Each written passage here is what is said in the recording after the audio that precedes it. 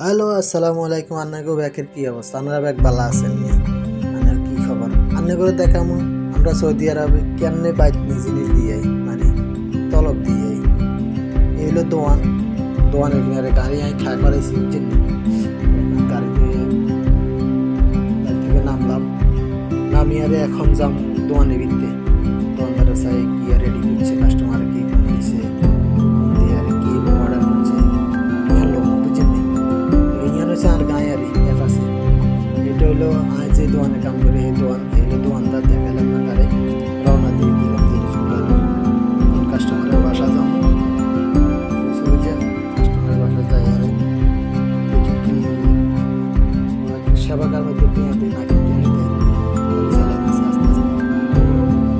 পাশে অনেক গায়ে গায়ে কিন্তু শেষ নাই, যেরকম রাস্তার পাশে গায়ে আছে, খেলনা গায়ে তো হয়ে গেছে।